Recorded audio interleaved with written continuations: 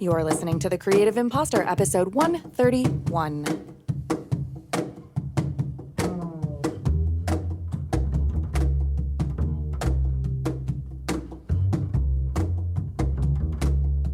Welcome to The Creative Imposter. I'm Andrea Klunder, podcast producer and strategist, teaching artist, singer, sometimes yoga teacher, and all-the-time podcast listener, and your guide on this audio exploration of the intersection between creativity and identity. Is it an intersection? Or is it more of an all-encompassing neighborhood in which we reside and move around and sometimes travel away from and always come home to?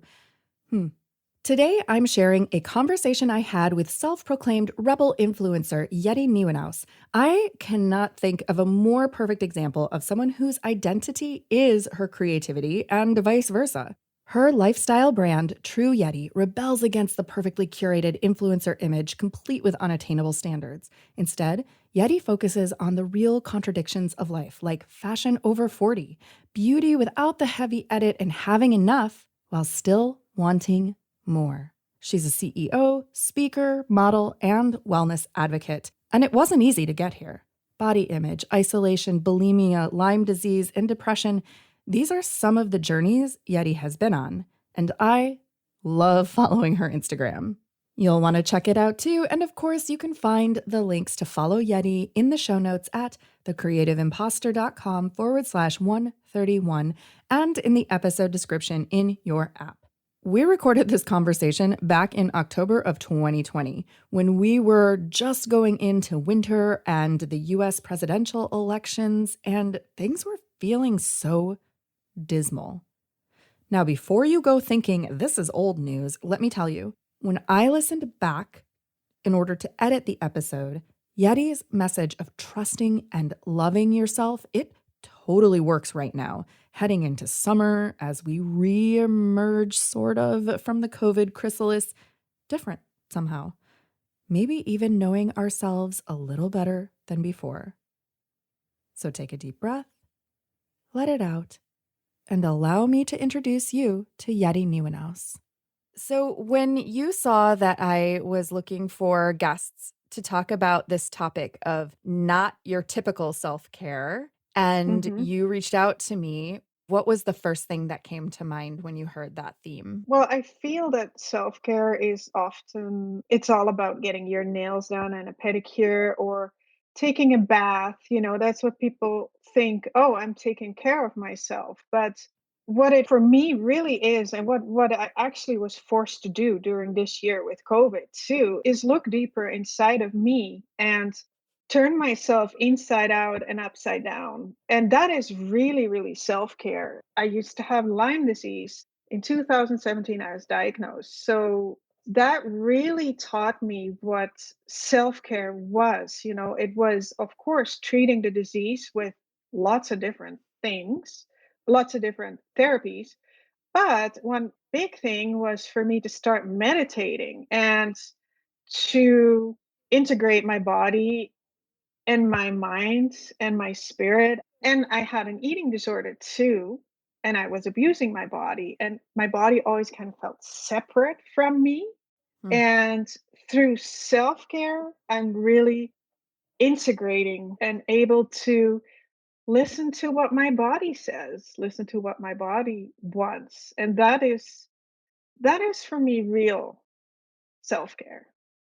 Do you think, so when you say that you felt disconnected from your body, I think that that is something that a lot of us experience at some point in time or another. Yeah. For some of us, it's more chronic, more of like the normal Yeah. state of being disconnected. And sometimes we don't even realize we are. hmm On a very not that serious level, I'm a thinker. I'm a very like academic, intellectual type person by nature. I grew up using my brain, did not like athletics, did not like gym class. And then there was a point in time in my 20s when I moved to Chicago that I got roped into taking a belly dance class that's so much about your hips, your core. And I realized that I was totally disconnected from that part of my body. I didn't know Mm-hmm. how to isolate movement or sensation in my abdominal muscles or in my hips. Mm-hmm. When did you have the realization that you had that feeling of disconnection? What was it for you? Well, actually, and maybe sadly, not that long ago. And I think what you just explained is as women, we're also not supposed to make those movements, right? Because it's sensual, sort of. And I recently learned about feminine energy and masculine energy. And as women, we have a lot of masculine energy, right? We're go, go, Mm. go and productive. And the feminine energy is about movement and trust and surrender and having faith and loving your body, kind of all things that we forgot as women. And I think just this year that I really realized this summer actually, like, hey, I'm not feeling comfortable dancing, for example, in front of the camera. Not that I have to dance in front of the camera, but I just want to fucking do it sometimes, because I love it, but I was kind of scared to do it. I also did a chakra cleansing course, that was actually pretty intense. And I actually got physically sick, physically ill while doing the Oh. course. And I used to be like a thinker and totally not believing in this kind of stuff and always thinking, that's wishy-washy. And it's not. And so this year, through that course, I really realized or felt, okay, what listening to my body is, loving my body, because we are also always very critical as women of our bodies. It's like everywhere in the media always that we have to lose weight, we have to burn fat, we have to sweat in workouts. And really this year that I really feel like that I'm one and that I'm able to listen to my body. And I had chronic pain and I was just not really tuning in or not really realize, okay, what is that pain trying to tell me? What does the pain want from me? What does the pain want? What does my body want? Yeah, it's sort of like this idea that when we have pain in the body or we have discomfort, Hmm. a lot of times we think that it is a problem that needs to be fixed. Hmm. And we have an adversarial relationship with our body. Like we have to fight against that pain. And even when we talk about chronic disease and Lyme disease and my own experience with cancer, it's like all the terminology is fight or Yeah. struggling against this or defeating this or that. And there's a different way of looking at it as like, this is the mechanism that your body has to communicate with you.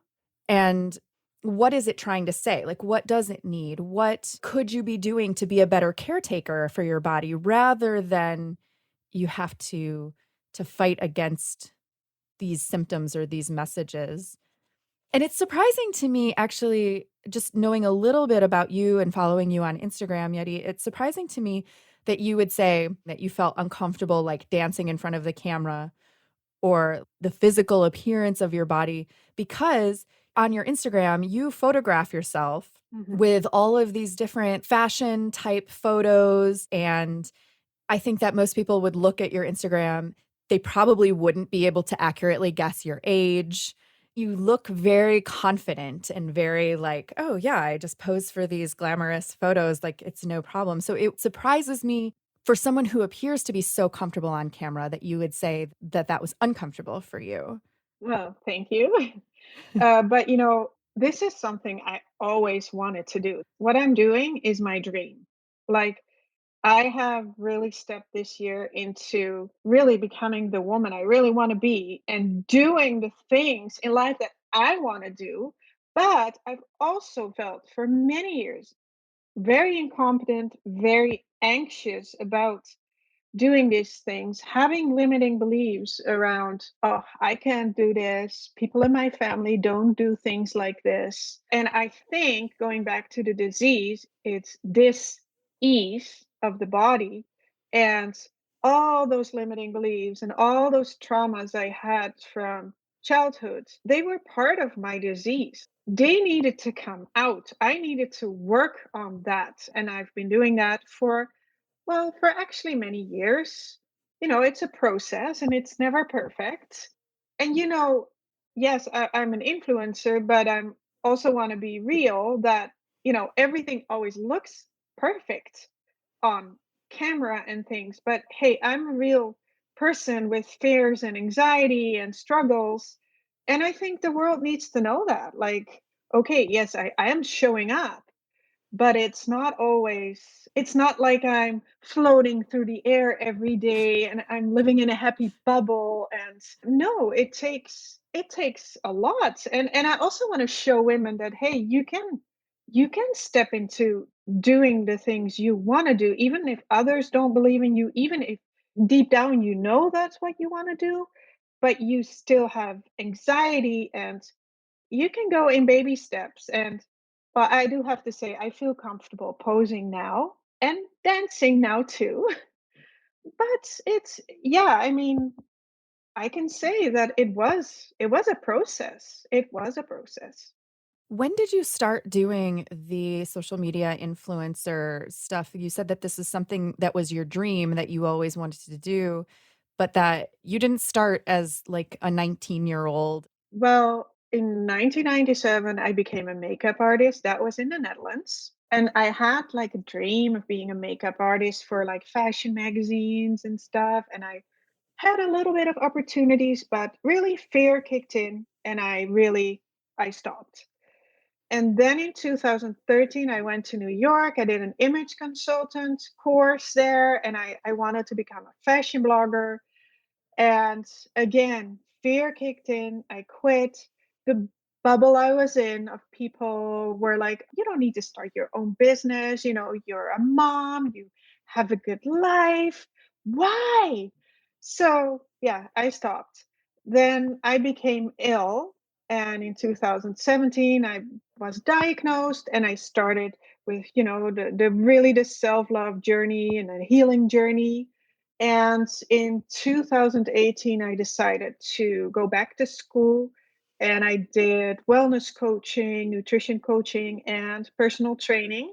And at that point, for me, it felt like, oh, if I become a coach, then I can build my Instagram. Instagram, I don't know, I just have a love for it. Some people hate it. I always had a love for Instagram.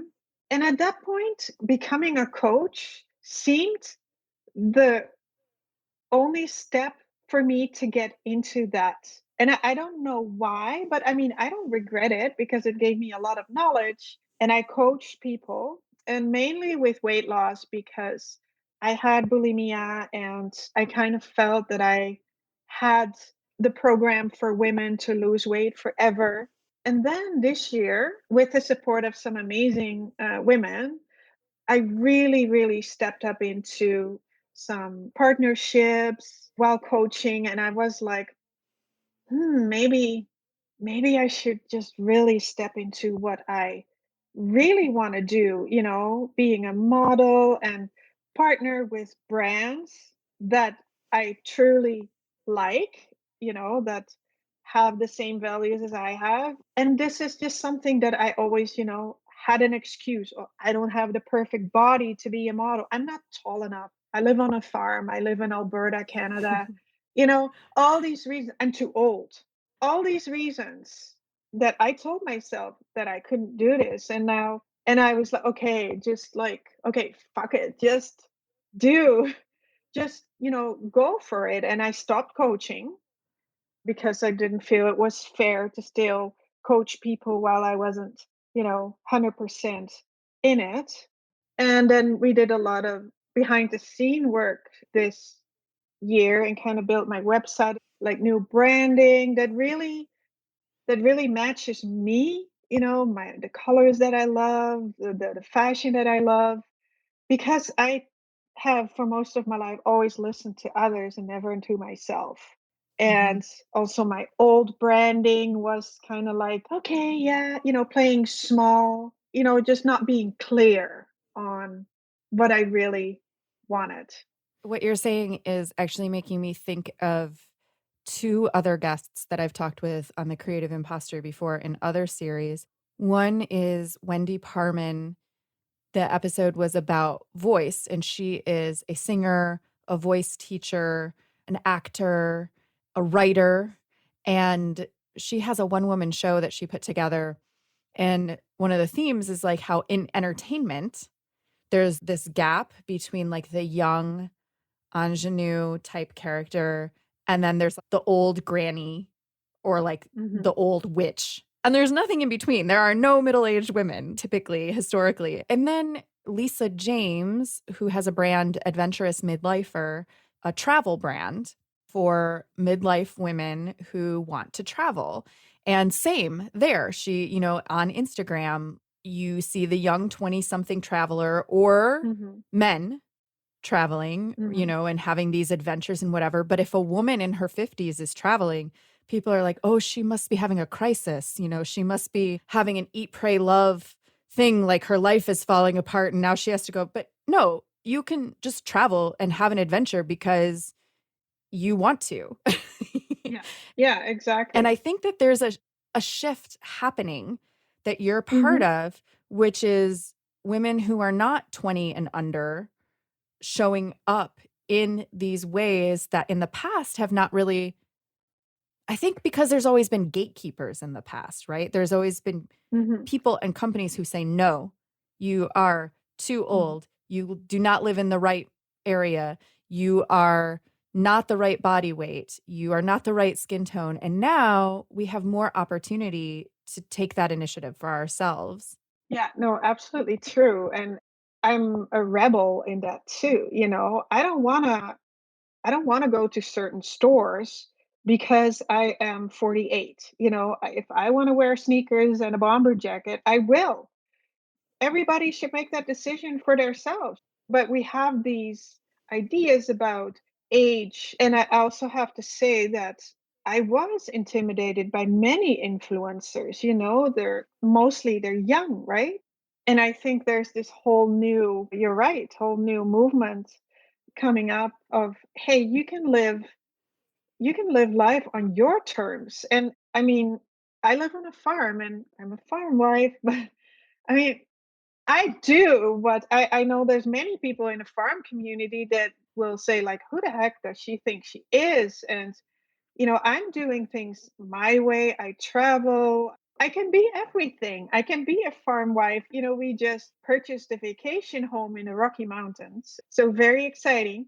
And it is really Congratulations. my dream. Thank you. And, I really had to say to my family, okay, this is what I want. I want to live there in the middle of downtown. I want to walk to the restaurant instead of having to drive now all the time, like it is really time for women every age to really step into their power and listen to their desire, and if that is walking around in sweatpants all day, that's fine too. You know, whatever you want out of life should be possible, and then just own it. What do you think was the specific catalyst that really changed for you? Because it sounds like in the beginning, you had a lot of fear and you had a lot Mhm. of self defeating messages that either were coming from inside or external sources or both. And now, you say that it's recent, that it's just like in the past year, you've really started to own your desires and your passions and what you want to go for and your connection to your body and listening to your body. Was it a specific thing that changed for you, or was it sort of coming out of this whole diagnosis and treatment with Lyme disease? Well, if I just look back on my life, I've always wanted kind of these things. I was having friendships as a child with girls that my family would say, oh, they're too outgoing, or, I always knew what I wanted, but through limiting beliefs and through hanging out with certain people, I kind of kept stuck in that, but I didn't have the courage to go after it. And I think really the illness, yeah, you're right, it really changed things gradually. There was not really one event. But it was again listening to my intuition too, learning to get in tune with that. Because many people have told me, like, would keep on telling me while I was coaching too, oh, I love your fashion posts, and you should be a model. A lot of those signals came always in until I listened. I was like, yeah, maybe I should. Maybe I should just do that. But it was always in me. But it really was the trauma, the limiting stories that I grew up with, how I viewed the world, how I perceived things when I started to put different glasses on. I could say, hey, I can look at this that way too. But that had to do with doing the deep work within me and letting go of all those stories I was telling myself, and sometimes a story pops up in my head and I'm like, okay, but is that really true? Or is that been told to me? Mm. And once you are able to kind of dissect that and build yourself up. So it was a gradual process and the inner work. You also mentioned that you had the support of really strong women recently in your life too. And I know that when you and I were emailing back and forth, you mentioned a time when I think when you had first come from the Netherlands, when you did not have that kind of supportive community and Mhm. you had influence from other people in a different direction. Can you talk a little bit about that challenge and what that experience was like for you? Well, ever I came to Canada was in 2002, and I was a young mom. Well, I was 30, I think, and I had one boy, 1 year old. And yeah, we didn't know anybody. I had a husband, I still have that husband. I didn't know anybody, like literally nobody. We were totally new here, building a farm, and I was just craving connection. I was craving people, and I was, this hip girl from the Netherlands, fashionista, and black hair, and people looked at me. But yeah, I wanted to make friends. So with every encounter, I would, in my head would be like, okay, can this be my new friend? And eventually I got a group of friends and I was, yeah, influenced. I was so happy to have friends. And looking back, it was a lot about drama and gossip. And I knew at the time that it wasn't right, to gossip about each Mhm. other. And that why I sometimes was so tired, like so tired after, listening to drama stories and gossip and creating drama. And it wasn't until I got into my healing journey that I realized, okay, that is really sucking the life out of me and all my energy. And then I really also went friendless for quite a while.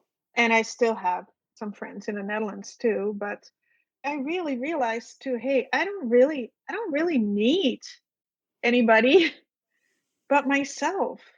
Because if you don't like yourself, how can you like your friends, or how can your friends like you? Or yeah, I really found this peace with myself. Like, I don't really need friends, but of course friends are fun if they're the right friends. And I also really learned, okay, what do I want from friends? They need to be supportive. They need to be supportive in what I am doing. I need to be supportive of them, and we need to make each other strong and empower each other. And now for our mid-episode stretch break. I don't know about you, but my shoulders are feeling oh so tight from way too much time working on a computer these days. Whatever you're doing right now, take a pause.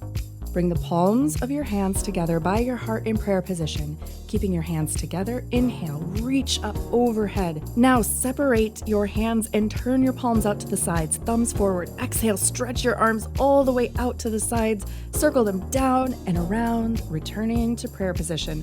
One more time, inhale, hands up, turn palms out. Exhale, circle out and around. Now interlace your fingers, press your palms forward at chest height. Straighten your elbows, round your upper back. And now with fingers still laced together, reach your arms up overhead, palms to sky. Inhale. Exhale, side bend to the left. Inhale to center. Exhale, side bend to the right. Now lace your fingers behind the base of your skull, elbows bent out to the sides. Lift your chest. Inhale, point your elbows forward, drop your chin towards your chest, release your arms beside you. Roll your chin to one shoulder and then the other. And now bring your head back to neutral. Ooh, that was a good one. Today, I'm inviting you to join the Creative Imposter Collective on Mighty Networks. There's no cost to join, and you'll get to meet a truly wonderful group of multidisciplinary humans centering the experience of women as we explore creativity and identity together. We meet every week on Zoom, and it's casual. Drop in when you can, and like so many things in life, the more you show up, the more you get back. One feature I love of our group is that we collectively make weekly recommendations for creative consumption to get those wheels turning and juices flowing. You can find our recommended book list on Bookshop, a nonprofit alternative to Amazon that makes online ordering easy and sends profits to a network of independent booksellers across the United States. And when you follow the link in the show notes to our Creative Imposter Bookshop, you'll be supporting me, the community, and this show as well. We receive 10% of your purchases as a little thank you for sharing their amazing organization with you.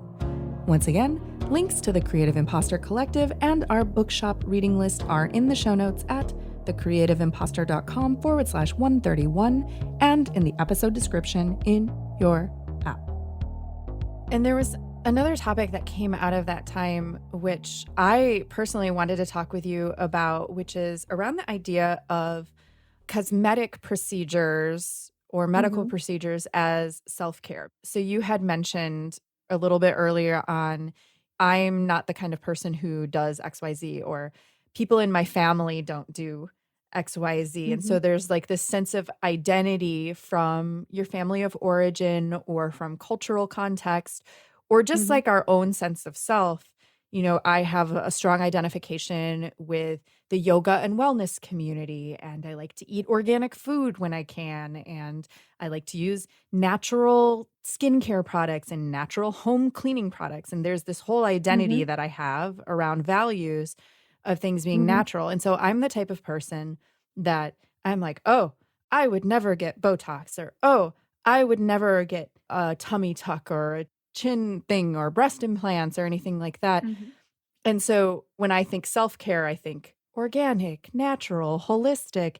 And I think of the other stuff as being like this weird foreign thing that I would not classify under self-care. And yet last year in 2018, 19? I don't even know what year it is, but I guess that was 2019.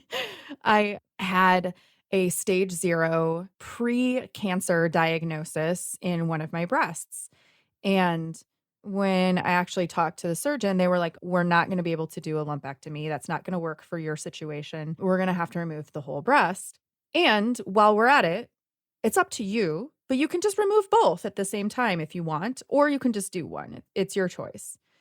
And then you now have another choice, which is, do you reconstruct with implants, or you can reconstruct with tissue, with like fat grafting, but you can only do that if you remove one breast. If you remove both, you don't have enough body fat to do both. So if you remove both, you have to do implants.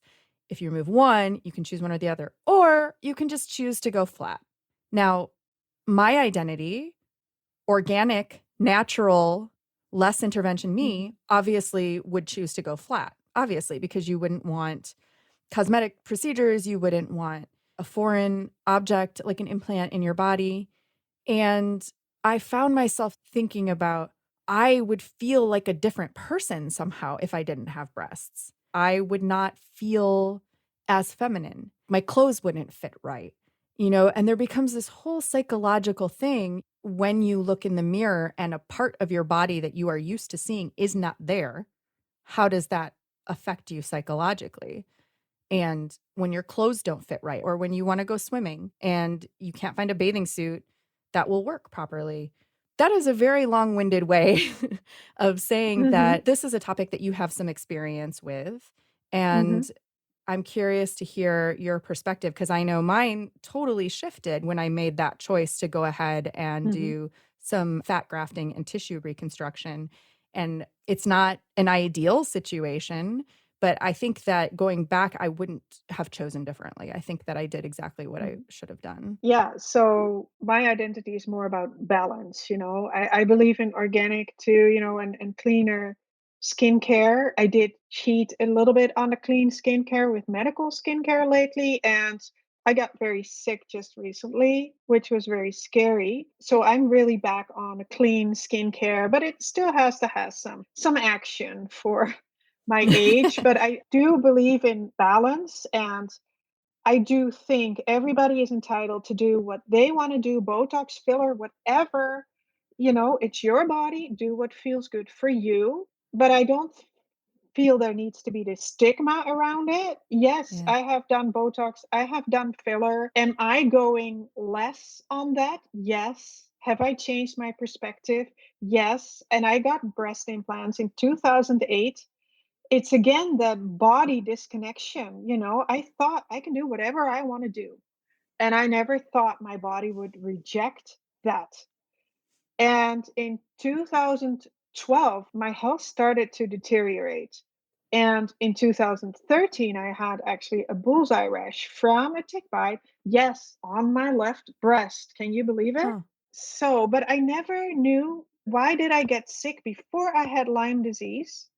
And now, Uh-huh. just recently, I had an autoimmune reaction, like my whole face was puffy, and I had a sinus infection. I was on antibiotics, a little bit of steroids. And then, you know, over the years, people had told me, like doctors, medical doctors. I have a medical doctor in LA. A year ago, I was there with my husband, and he's like, "Do you have breast implants?" And I was like, "Yeah." He's like, "Oh, I got two patients that took them out, and they're so much better." And you know, I talked with several professionals about it then, and I just wasn't ready to, you know, to let that go. And I hadn't grown enough as a person to Mm. realize what I did to my body, you know, and I was influenced at the time by others. I don't think if I really am listening to myself, I would have never done that. Like I was Hmm. influenced, and also my husband doesn't really, you know, he's doesn't really care. He's totally supportive of, you know, getting them out now and going after my health. And yeah, I'll end up with no breasts. I'll go into surgery to get them removed. I made that decision. And yeah, I'm just going to own my body with no breasts, you know, Mm-hmm. breastfeeding, tiny breasts. And I mean, it is my body, and it even forces me to love me and who I am more. And, you know, I have known for 3 years, I think, a little bit that I was wondering about the breast implants, but, you know, those voices in say, oh, no, that, you know, no, I don't want to listen to that. It can be bad for me. And I read about Yolanda Hadid. I don't know if you know her, but she had Lyme Mm-mm. disease too, and she had her breast implants removed and no more Botox and filler. And I think definitely there were times that I used too much Botox. When I look back, I'm like, whoa. And I mean, if that is your choice, you know, totally fine. You know, I'm not deciding for you what you have to do. I'm deciding for me. Do Yeah. I have a little bit of a different view on it now? Yes. Will I be more careful? Yes. I think I want to do more other treatments like a laser or microneedling. I'm actually doing sometimes microneedling with, they use like organic serums and stuff, you know, just to keep my skin tight Mm-hmm. because I want to age as gracefully as I can. And, you know, looking good makes me also feel good, you know? Yeah. It's the same kind of with, do you dress yourself for the day or not? And that is the same what skincare and everything around that is. But yeah, no, my breast implants go out, and I think the last couple years, there have been more and more noise around breast implant illness because I do Mm-hmm. believe, yes, I wasn't totally getting better from Lyme, still having chronic pain and issues. Yeah. And that's caused by these foreign objects that my immune system doesn't like. Yeah. It's so hard because it is like this normalized thing. And even Mhm, in our culture, oh yeah, sure, breast implants, like tons of people have them and tons of celebrities have mhm, them and tons of models mhm, have them or whatever.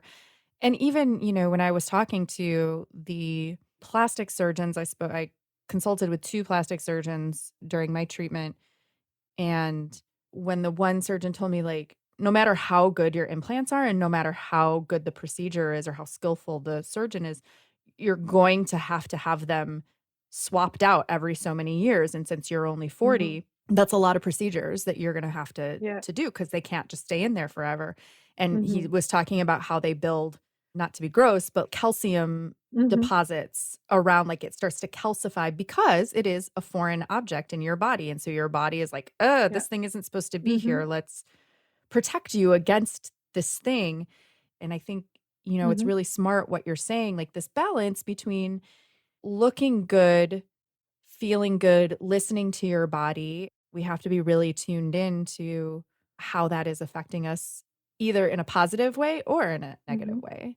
And, I really learned my lesson and I also don't regret it. I don't regret anything in life. I believe everything is part of the journey, right? I mean, what I've experienced the last couple months has been an important value for me as, my growth. And also, I can share my story with women in the world, and make them aware because at the time I wasn't aware of the risks. Like, I had no idea Mm, my immune system could reject them. And it's up to everybody what they do again, with their body, but at least it is a choice that someone can make. I'm also not ashamed of, that I didn't know any better at the time. I learned to really be in tune with my body and that indeed an illness is you're not fighting it. You are kind of integrating it and loving it and listening to it and healing it as a whole. And this just made me the person I am today. And I have changed my perspective a little bit. I am being more careful with what I will put in my body for sure. What advice do you have for listeners of The Creative Imposter who are looking for more effective ways to take care of themselves during this challenging season beyond? I mean, yes, we can all take a bubble bath and that will feel wonderful and maybe get a Hmm. mani-pedi. Hmm. But what advice would you have for our listeners for really doing the work of taking care of themselves? Well, really getting comfortable with the unknown, kind of learning to do so. I would suggest finding a way of meditation that you feel comfortable with. Like, I like to listen to guided meditations. I like to listen to affirmations. Even, when I wake up in the middle of the night and I'll fall asleep listening to that and it kind of soothes you. What I also really love is emotional freedom technique tapping. That really changed my life and it kind of calms your nervous system down. We have to go through this, and if you're trying to control outcomes or situations or are extremely anxious, it's not going to change the situation. You always have to return to yourself, and knowing, just knowing that you're just safe and okay with who you are. And self-care is just really listening to yourself and also becoming aware of the stories you're telling yourself. Mm, Like, who is telling you you can't do this? Or who is telling you life will be different forever? Like, it's your perception, the glasses you put on how you view the world, and knowing that you're all fine and that you don't really need anybody or anything. And that is a learning process, but I would definitely take time to learn to meditate in some form that feels good for you and do yoga, whatever feels good for you, what soothes you and calms you down and calms your nervous system down. Is there anything else that you feel like you want to share with the listeners right now or that you didn't get a chance to say during our conversation?